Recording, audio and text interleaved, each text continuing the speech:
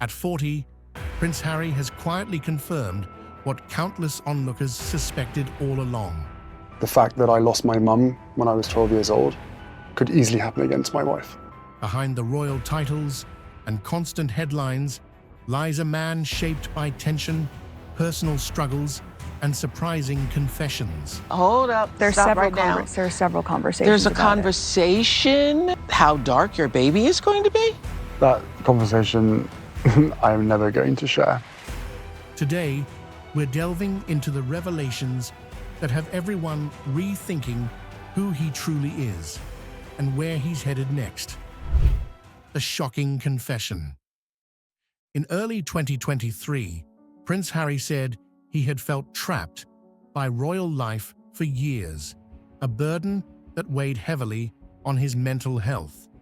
He also spoke of a heated argument with Prince William that turned physical, showing that their problems ran deeper than anyone guessed. He was being told certain things by people within his office, and he was coming for my wife. She wasn't there at the time. Through the things that he was saying, I was defending myself, and we moved from one room into the kitchen, and he snapped, and he pushed me to the floor. Gone were the polite smiles and formal statements that used to cover up bigger issues. Instead, Harry described how constant public attention and strict rules caused sleepless nights and overwhelming stress. He admitted that hiding these feelings only made things worse, pushing him to a point where leaving royal life felt like the only way out. At 40, his honesty shattered the last illusions of a perfect royal existence, revealing a tougher and deeply human side that changed everything people thought they knew about him. The fact that I lost my mum when I was 12 years old could easily happen again to my wife. Before he was opening up about buried tensions, Harry was the fun-loving prince who couldn't seem to dodge wild headlines. He was filmed clowning around at Sandhurst Military Academy, displaying a mischievous streak many found endearing. Parties in London clubs turned into tabloid fodder, with paparazzi capturing him well past midnight. Clips of him on YouTube show a young Harry half smiling at intrusive questions, trying to shield whatever private life he could cling to. Some observers believed his behavior was a cry for normalcy, a search for belonging beyond the palace gates. Beneath the laughter, there was a kid who'd lost his mother in a very public tragedy. Those rowdy nights, according to some biographers, may have been his way of channeling stress into spontaneity.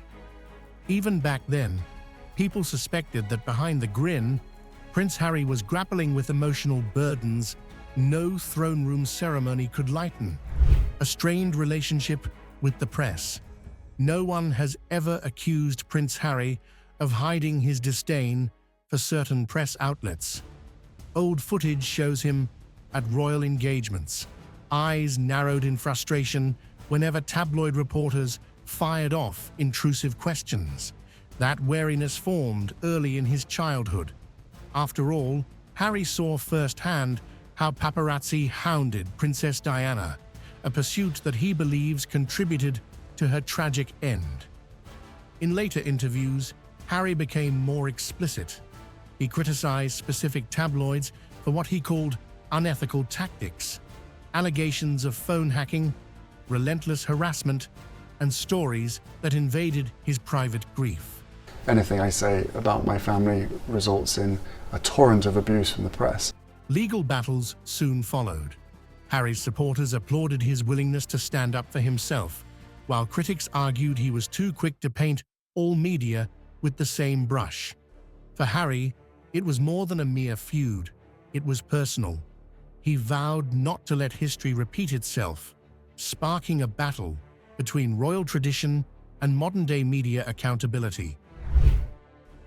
Military service and a change of heart.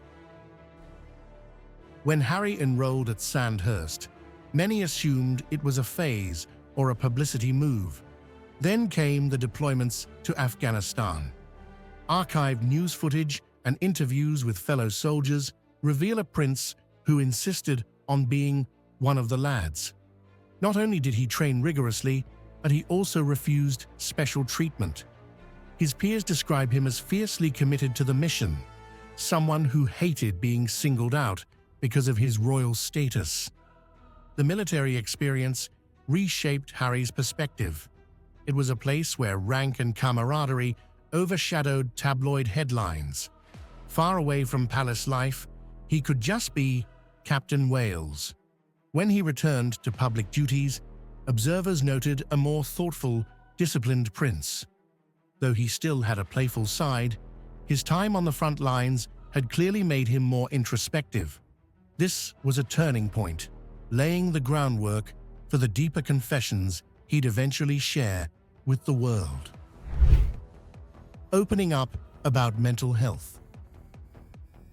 Back in 2017, Harry joined forces with Prince William and Princess Catherine for the Heads Together campaign, and suddenly, the world saw a different side of him.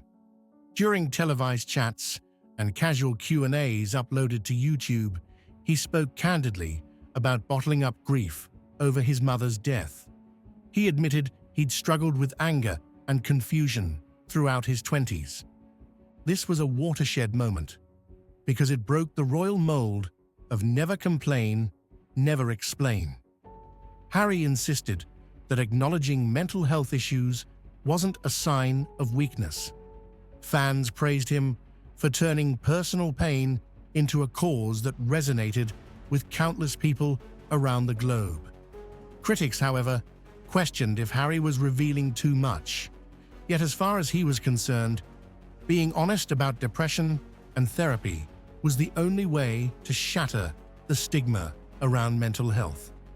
His willingness to speak up set the stage for even bigger revelations ahead. The bond with Prince William. More fragile than we thought. For years, William and Harry were pictured side by side, laughing at football matches, joining in charity events, or standing solemnly at official ceremonies. Many saw them as an unbreakable duo. But fans who watched behind-the-scenes interviews noticed small signs of tension. Less frequent public appearances together, cryptic mentions of different paths whenever the two came up in conversation. In a 2019 documentary snippet, Harry acknowledged he and William were on different journeys, confirming what some already suspected. Then came Harry's move to North America, widely dubbed Megxit, which put significant strain on the siblings. Body language experts dissected their every move at Prince Philip's funeral, trying to gauge if the rift had healed or widened. Flash forward to the shocking admission of physical confrontation.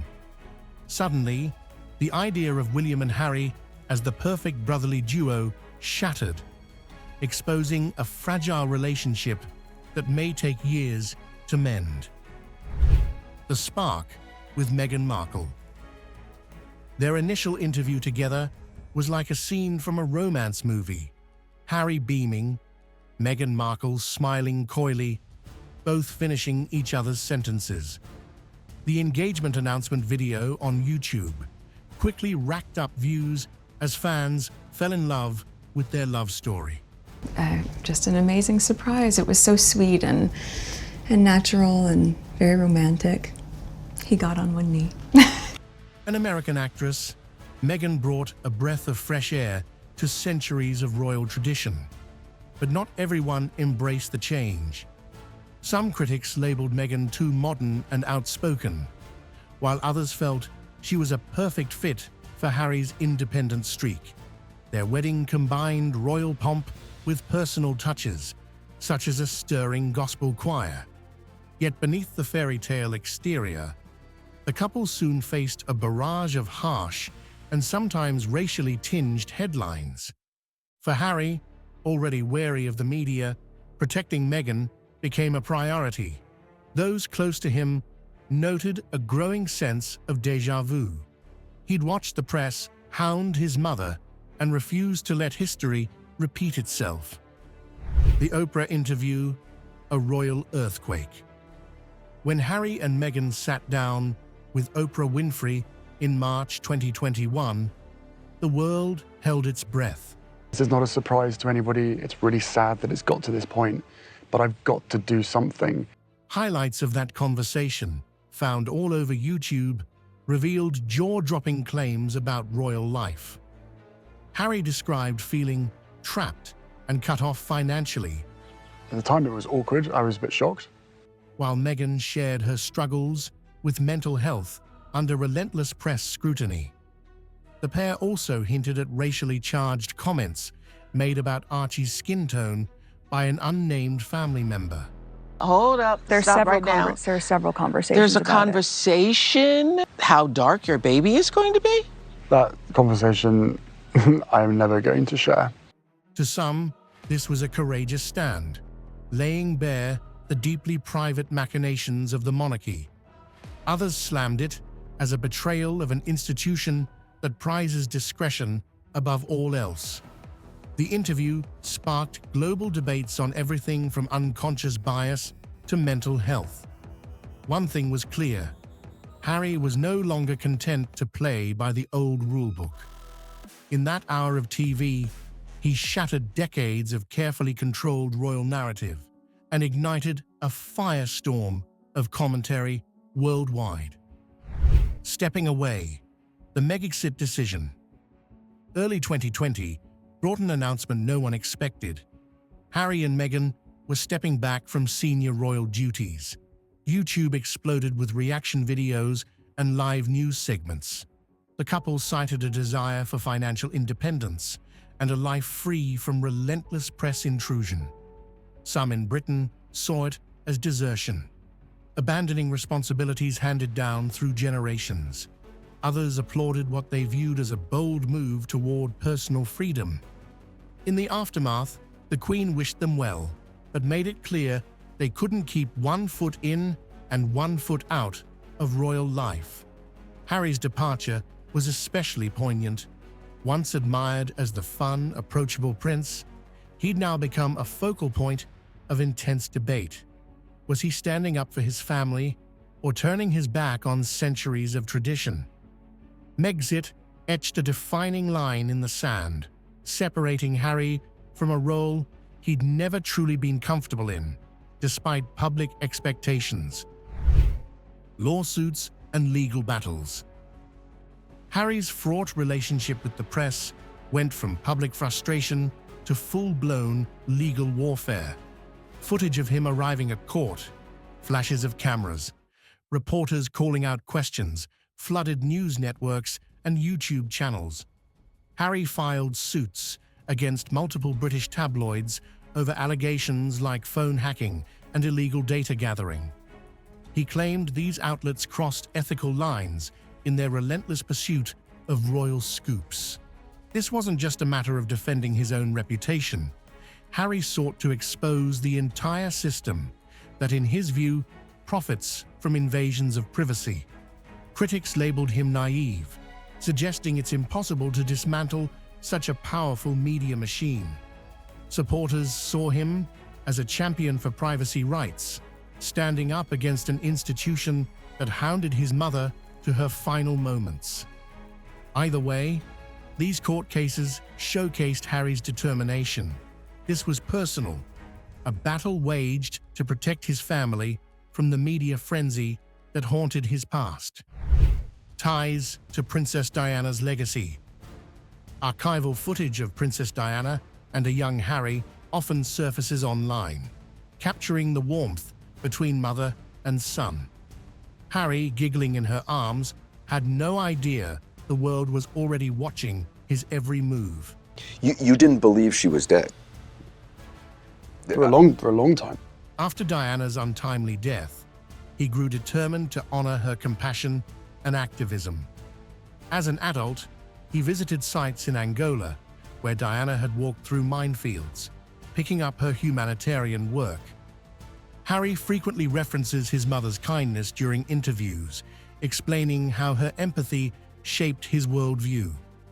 He's championed issues close to Diana's heart: children's health, homeless outreach, and HIV awareness. turning her unfinished dreams into his life's mission. Critics accuse him of using Diana's memory for publicity, but he counters that he's simply carrying forward a torch she passed down. Every mention of Diana reveals a sincere devotion, a constant reminder that Harry's battles with the press and the palace are, at least in part, driven by a son's longing to protect what she stood for. The James Cordon segment, a lighter look at Harry. Shortly after moving to the US, Harry hopped on a double-decker bus with James Cordon for a memorable late show segment, which is still racking up views on YouTube.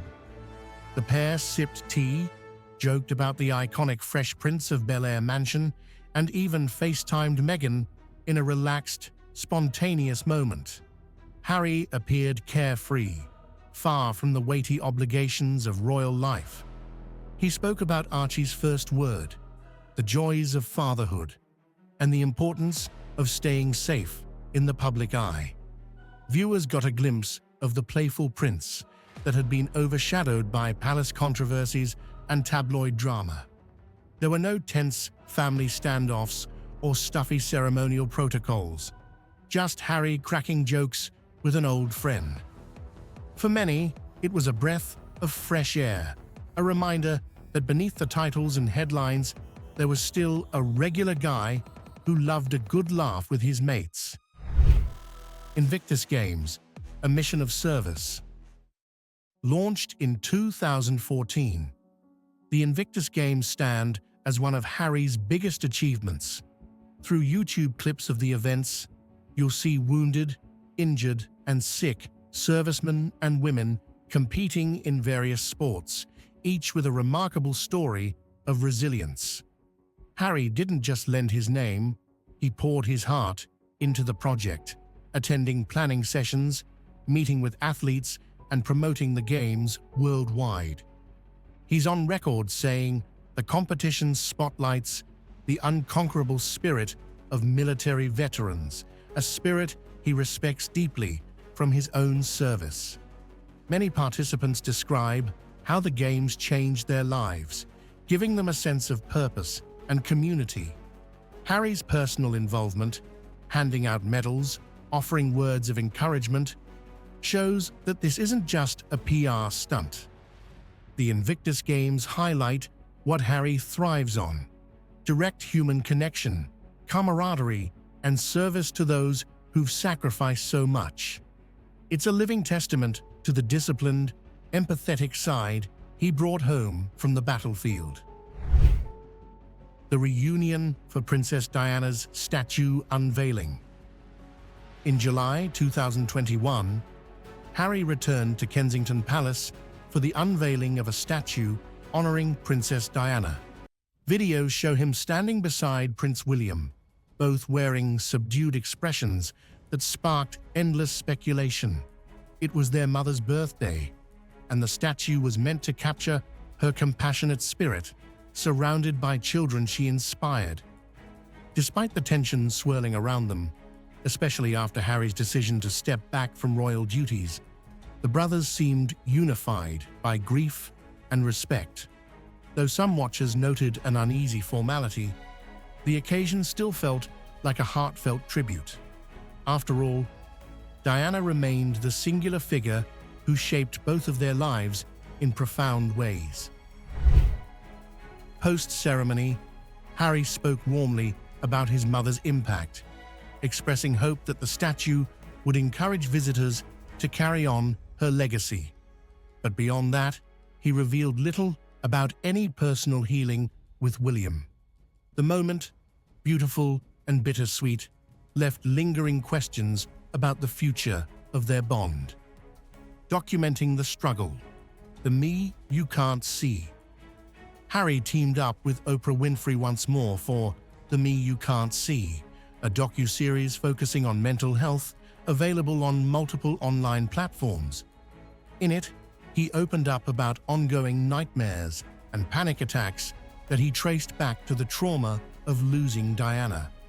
He admitted feeling emotionally paralyzed for much of his adolescence, locked in a cycle of grief and anger. These confessions shocked some viewers who remembered the fun-loving prince from tabloids. The raw vulnerability displayed here was worlds apart from the stiff upper lip standard of traditional royal behavior. By confronting dark periods head-on, Harry hoped to destigmatize therapy and mental health treatment. Reactions were intense. Supporters lauded his candor, while skeptics questioned whether more personal details should remain private. Regardless, the "Me You Can't See" underscored Harry's determination to challenge any unwritten rules that say royals must remain silent about their struggles. For him, silence was never the answer. Tension with King Charles III. Once upon a time, it was easy to spot the fatherly pride King Charles, then Prince of Wales, had for Harry, especially at formal events.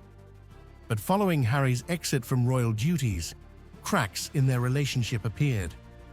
In multiple interviews, Harry spoke of feeling let down, suggesting unresolved hurt that boiled to the surface when the palace withdrew financial and security support. Critics argue that Charles merely followed royal procedure. If Harry wanted out, certain benefits had to go. Yet Harry interpreted the move as a personal slight, a sign his family wasn't fully supportive of his desire to protect Meghan and Archie from undue press harassment. Analysts point to the complicated dynamic of father and son, navigating centuries of tradition under an unforgiving spotlight. Though they remain polite in public, the warmth once visible between them has grown chilly. Whether time will heal these wounds remains one of the monarchy's biggest unknowns. Reflections on Camilla, the Queen Consort. Camilla's role in the royal family has been a sensitive subject for Harry from the start. Archival footage shows him meeting her publicly for the first time, obviously mindful of how the public would react. Over the years, he managed polite interactions, occasionally stepping out for joint appearances. But the ghost of Princess Diana loomed large in Harry's mind. How could it not? When Charles ascended to the throne and Camilla became Queen Consort, Harry offered only measured remarks about her. He didn't attack her character, yet neither did he gush with praise. Speculation ran wild. Was he merely being diplomatic, or did deep-seated resentments linger below the surface? At public events, Harry and Camilla appear courteous, though never especially close. For onlookers, it's a reminder that the complexities of royal family life extend far beyond wearing crowns and ribbons. For Harry, Camilla's presence is a subtle reminder of the painful past he's still navigating. And there you have it, the wild ride of Prince Harry, a story of heartbreak. The fact that I lost my mum when I was 12 years old could easily happen again to my wife. Rebellion and long-hidden confessions that continue to shape him today. Will he find peace between his royal roots? Hold up. There's Stop several right now. there's several conversations. There's a about it. conversation. How dark your baby is going to be? That conversation I'm never going to share. And his hard-won independence? Stay tuned, and thanks for watching.